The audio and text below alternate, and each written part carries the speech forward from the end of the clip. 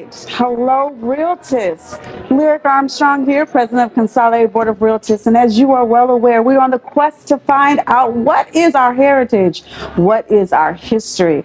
And so with the greatest honor and pleasure, I introduce you none other than one of our honorary past presidents of the National Association of Real Estate Brokers, Mr. Ray Carlisle. Hello, Mr. Carlisle. Madam President, I'm absolutely delighted to be here with you. You're such a joy and an inspiration. Oh, bless your heart. I'm so honored to be underneath you, and I'm learning so much in the last 5 seconds. I think you should grab your pen and paper. This is going to be a history lesson to behold. One of the things that I like to do is to ensure that our youth that are coming in as realtists, they understand what they're actually walking into. We have such a depth of history. It's like looking at a historic fabric where you see different aspects of the vision and the artistry of the tapestry, but yet you're not really paying attention to each stitch. For us to understand how you were able to be instrumental in the development stage, in our NID housing stage, in NARAB, please give us a little history as to how you became a realtist. Well, I'm a second-generation realtist. My cousin Lily Fontino was the first woman officer of NARAB in '54 as assistant secretary. But before then, my uncles were members formed the Black Real Estate Brokers Association in Northern California, in Oakland and San Francisco. That was in '46, before NARAB was founded. Wow. Willis Carson was always coming to the Bay Area. Naturally, I was a baby, a toddler. But they tell the stories because Willis was still coming by the offices and stuff years later. Once I was in the office, and I was privileged to sit around and listen to the history, not only of the Oakland Bay Area real estate brokers, but here in California. You know the movie The Bankers? Yes. Uncle was one of the people that was involved with them in purchasing property. He was actually the only one prosecuted that was found not guilty, that was acquitted. Ah, that's a part of the story not told. There we go. It was painful, but it was painful. You know, and so, but that's how I got into real estate appraising first, and that was when I was 19 years old. And then bought my first property in 1902. And so I was born into the real estate business. I actually still own the first property that on my father's side of the family bought out of slavery. Excellent. And that's in Oakland as well? No. Where's that? Across the county, Texas. In Texas. Okay, excellent, excellent. But I still own some of the first properties we bought in Oakland, because the first property we bought in Oakland in 1935 was taken by the redevelopment agency, but I got a 297 unit development, affordable housing development on those 3 blocks now. In Texas.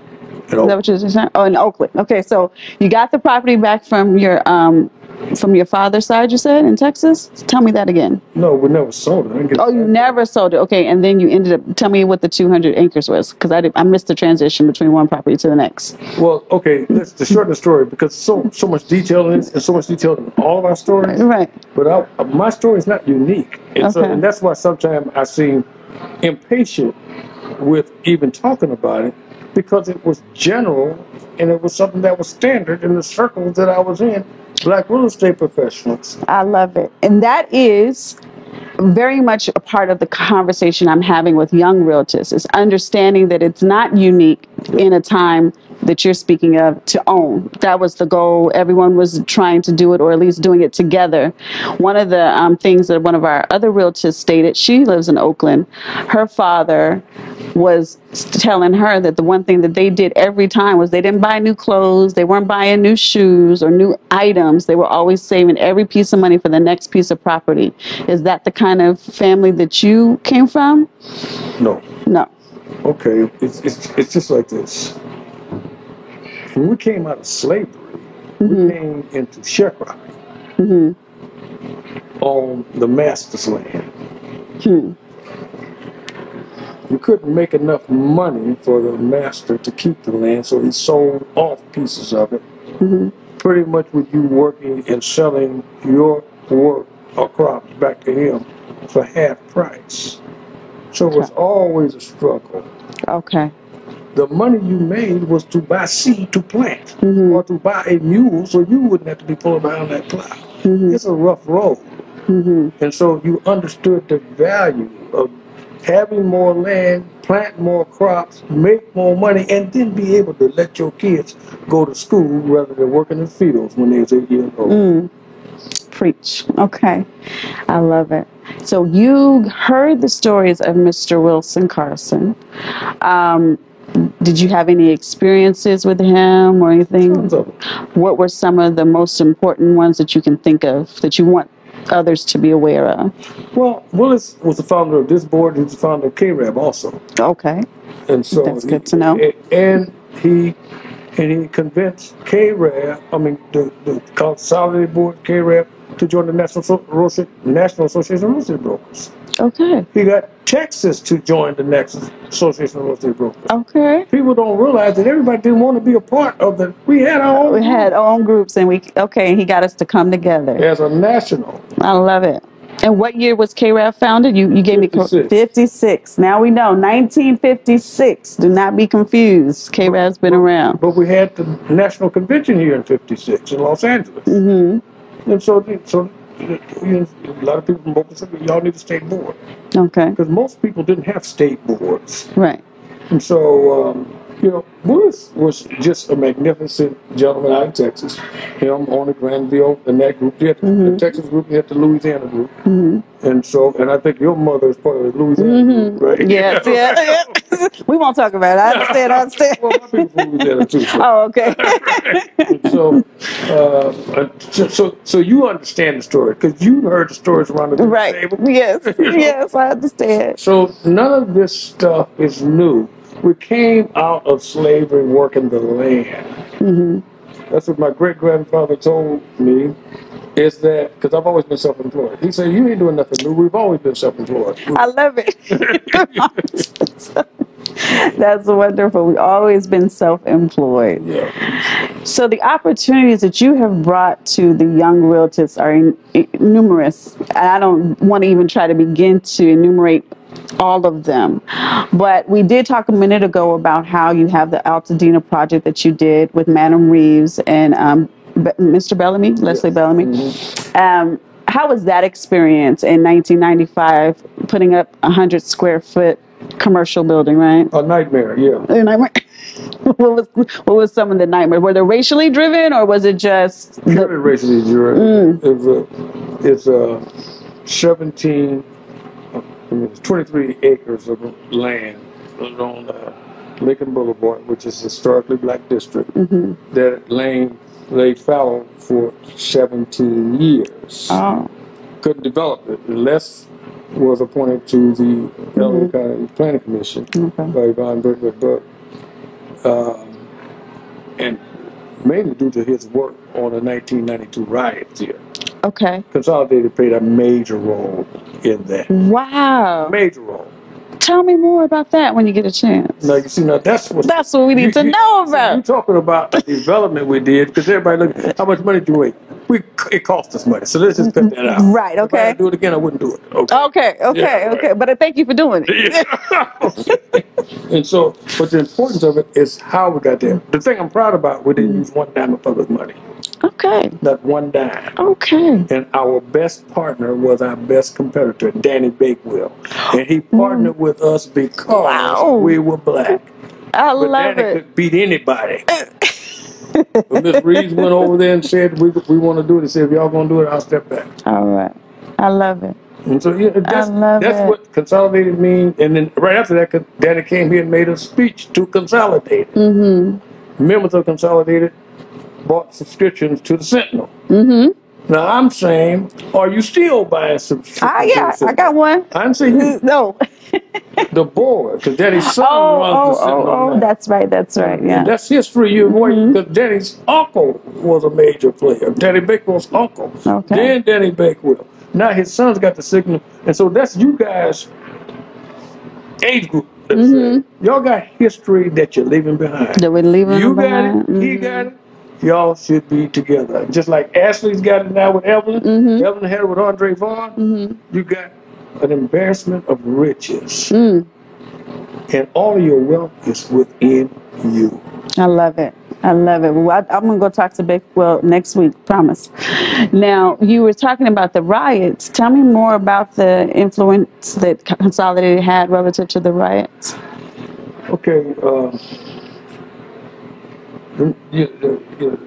Hawthorne and Ferguson, was it? Figueroa. Figueroa. And the original Denny situation was the thing that really got the attention of focus on, particularly when the black men came out and saved Reginald Denny, and then how graceful he was.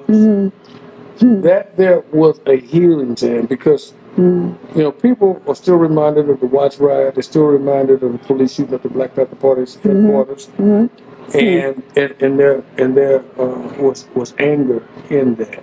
But Yvonne Breakaway Burke came to Consolidated Realty Board and said, "We need your help in bringing the communities together." Oh wow! And talking about the natural story, and he was also a visitor here. But it was Yvonne that wanted to appoint people to certain positions. Now you had historic members like Leroy Matthews. I don't even know if he's still alive.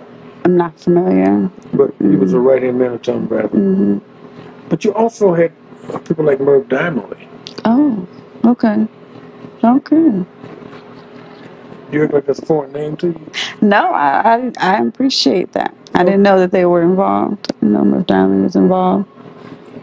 I wasn't here during that time. I know Merv Diamond was the one who told me I was going to be president of KRAD. Is that right? I didn't want to have nothing to do with none of this stuff. My uncle was telling me that's a waste of time. He said, I said, well, why you go to the, he said, you see, we stay 2 days. We go to the party and we come back to the office. You need to be back in office. Stay in the office. And so, but in either case, with that, you're talking about the development, and I don't want to say it, but let me just lay this foundation, and that would be for future thought. Augustus Hawkins was the first black man elected to the California Assembly. The first black man that's elected to a state legislature west of the Mississippi, 1935. He was coming here with the Golden State Mutual, Golden State Boys and all that stuff. And he was a black man that he didn't pass for white. He looked white, but Augustus Hawkins never said he was black, but he never said he was white. Okay. He just let people assume he was always in the black circles. But that's the way most of the blacks that came from Louisiana that were light skinned. That's the way they lived. Right. And so when we start talking about fair housing, Byron Fair Housing Act passed in 1963, as you know. And he's from Berkeley, and people talk about, Byron Rumford, and then, Wally Bailey, and Andre Vaughn. They were the movers and shakers behind getting that law passed. Okay. Now that's, Vaughn, I think, was, Mr. Vaughn, President Consolidated in 61, I think. Wally Bailey came a couple years after him. I was still in high school because I worked on the Byron Fair Housing Act. And we knew about those things. But Augustus Hawkins introduced a fair housing bill in the California state legislature every year that he was there from 35 to 61. Every year. Well, I'll say. And Consolidated was on Western before it had an office. Yeah. Then it was because it was a real estate office, and they had their own office. And they talked about that. And so it was in your DNA and you don't know it. Don't even know it. He used to come to the Consolidated Board banquets. When you guys had a banquet, I'll be up in Oakland, I would come down so I could sit next to Augustus Hawkins. Yes. And he always made sure I sat next to him because I wanted to listen. That's excellent. That's excellent. I was hearing the other side from my uncles. That Augustus and them wasn't nothing. Because they made tons of money. And he was a politician. That ain't nothing. But he was passing laws so they can do these things. But I've seen them make tons of money developing real estate now. I'm not talking about just selling real estate. Right. But I've seen them go broke. So that's a possibility. No, it's not a possibility. You got to realize, only 2 out of 10 developments actually make money. Now, those other 8 can run you into bankruptcy. So if those 2 are not vibrant enough to take care of the money you put into those 8, you're just a loser all the way down the line. All the way down. So you have to know when to cut bait and fish and all that kind of stuff. It's a long-term game. Right. But Augustus Hawkins put that seed there, here, and he was true to it. And then you had the people from Golden State, and like one of my distant cousins, Prudent Desbois, his father and mother were the owners of Louisiana Life out of New Orleans. Ah, there we go. The life insurance policies. And they lent the money to real estate. Oh, yeah. And they tried to develop it. So what happened? We used to do everything together. What happened? White folks bought us out. When white folks found out that they could make money on those penny and dime and nickel policies, they bought us out. We didn't manage the money well. Okay. You got me? The money they gave us, the money they allowed us to get to. Bought our properties with, we tried to invest like the people in the back of the building, I won't mention their name, in areas that they were not going to let us play. Don't forget they had to pay a white person to be a front footer. That's right. To get in. What do you think? What do you think they're going to do when they see him there? They're going to give him a free ride as long as you stop these. You got me? Got it. And so if we understand where that train leads you, you don't get on it. You know, you build your own track. That's right. There we go. And you work that track. Because don't forget, you're a consumer. But you're a consumer that turns your money over in your own community one time. You can't grow wealth if you're not turning your money over in your community several times. Several times over. That's a good piece of knowledge. Thank you so much for that. What do you want us to know? How do you want us to look at the future as those coming up underneath you? If you're passing your baton down, I'm not saying you're doing it today, but whenever that time comes, what is it that we must hold on to keep the reins going? I passed it on 29 years ago. You did? Who'd you give it to? My daughter. Oh, where's your daughter at? I've got to meet her. Yeah, that's the second oldest daughter. Now it's the third oldest daughter. All right. And now my granddaughter and grandson. I love it. Generational wealth, family-owned business. No, it's generational duty. Because that one family, this one business, family always has a place to go where they can work, but they got to work. Love it. Grandmother had to say, don't be cold and don't be hungry. Don't be cold and don't be hungry. I know that's right. And so, you know, the only way you can deal with that, first of all, is have a rule. Yep. So you got to have a rule. Somebody can't put you out, even the tax man. You got to plan for that. And, you know, as long as you can plant something in the dirt and raise some chickens, you ain't going to be hungry. There we go. You know, and so that's the base planning. Okay. And that still goes back to correlation to people like Augustus Hawkins, people like Richard said, Nickerson's. Oh, you know, Nickerson. They made the plan. Now, you know Nickerson Gardens here in L.A., right? Yes. You know it was built in 1944, right? Yes. Well, how was it named after a black man? You see, that's what I'm saying. You got stuff here that you look into.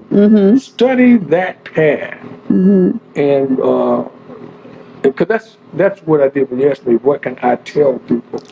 I say, you know, what they told me, and guess what? They still talk to me today. And so, you know, once it's in your DNA, you refer to yourself. And I can say, Tom Holmes talks about you with such glory. That's the only reason I'm sitting here. Oh, well, thank you. Well, no, no, because you give him some hope that we don't often see. Oh. You know, period. Okay. And then you have a history that's the second generation. Yes. But you're probably 5 or 6 and just don't really know yet. Yeah. And so there's a lot that you have to bring. And the fact that I watched how hard you work and how persistent you were with me, because you know I usually let people get tired of me real quick. No, I'm never tired of you. No, I no, appreciate you. You just relentless. No, okay. But in any case, that's a good thing, and that's what it takes. And so those foundations. So all of these successes, NID is a great institution. It's it's the only all-black housing counseling agency in the housing counseling system, and as a national intermediary. And we were challenged by the realtors and the Hispanics that we were all black, so we were discriminating. And the way we alleviated that, we don't charge any fee for training or entering our network. And so that's why I told them, I said, I'm not discriminating because I don't charge. So you're telling me that we're getting HUD grant money, which only take care of 15 to 20% of our costs. And that I have to be open. I said, I am open to everybody that I want. And so, but it's a criteria. Is that you have the DNA I'm talking to you about now. You get recognition of that, and you get constant reminding of it by being a realtist. Yes. You get that. Today, you opened up this question about what can I tell young people? Sitting here at Consolidated Realty Board and coming in January, in July, August, you'll have 4 living presidents from Consolidated. Yes. Living at one time.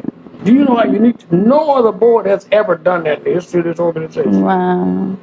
And so it's something in the water down here. So I love it. And so you guys have a lot, and naturally the jewel of it all for me is Evan Reeves, and I've been knowing her since '68, and okay.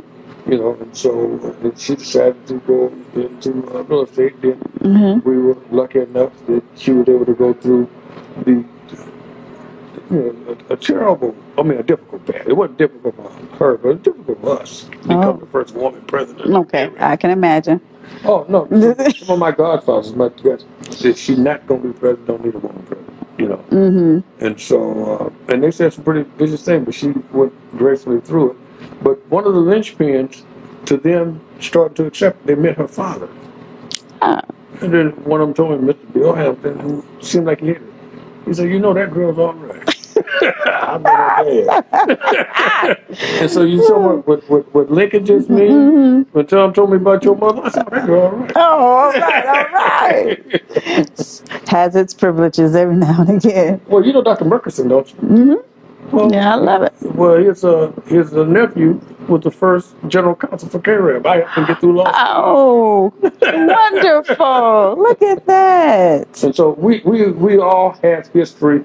And I would look that since we're going to have the national convention here in Los Angeles, the wonderful work that you, Liz Chow, Evelyn, or Tom are doing here is you don't have a lot of time because natural conventions get very busy.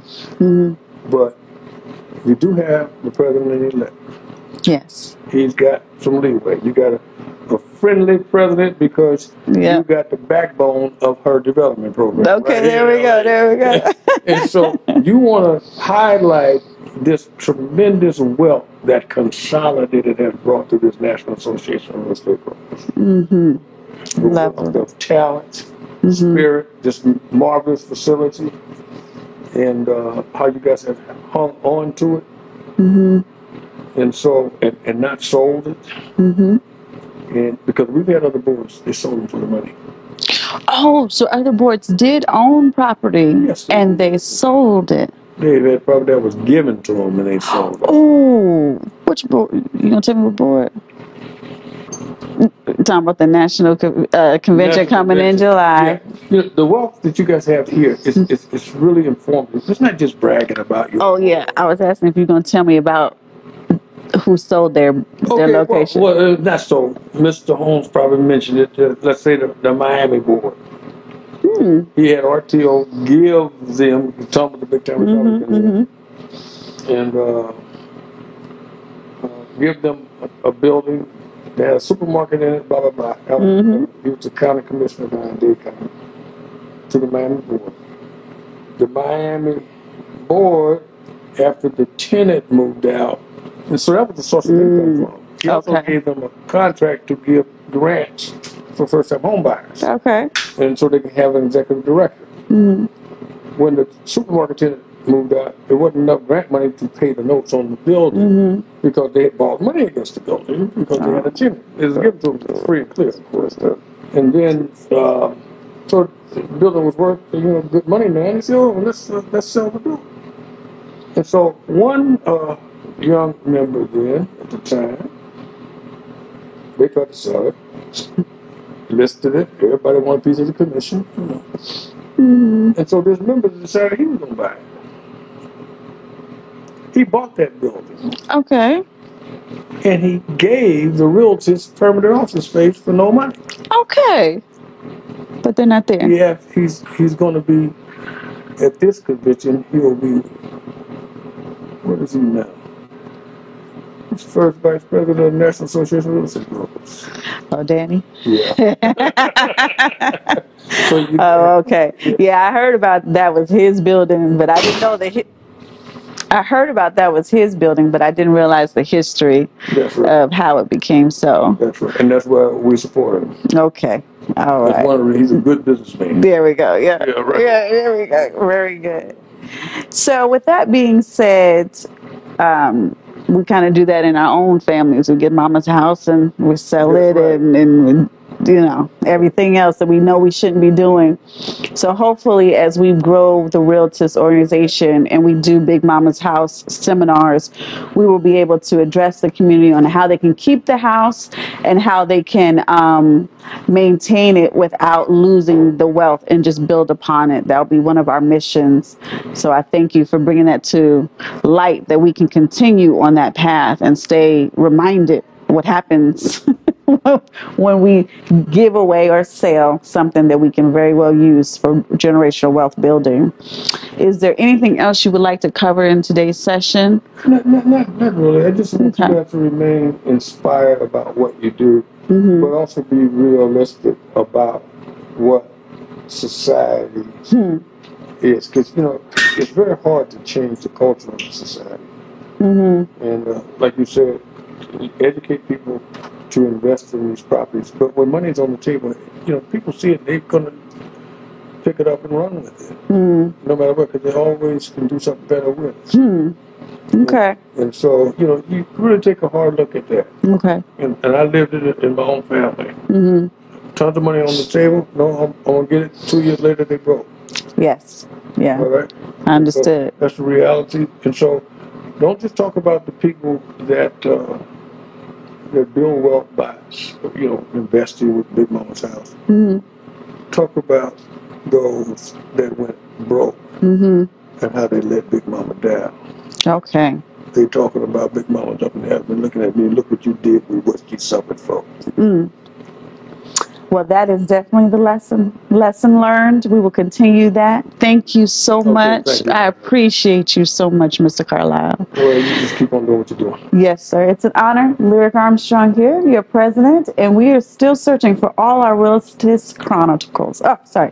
We are still searching for all of our Realtist Chronicles.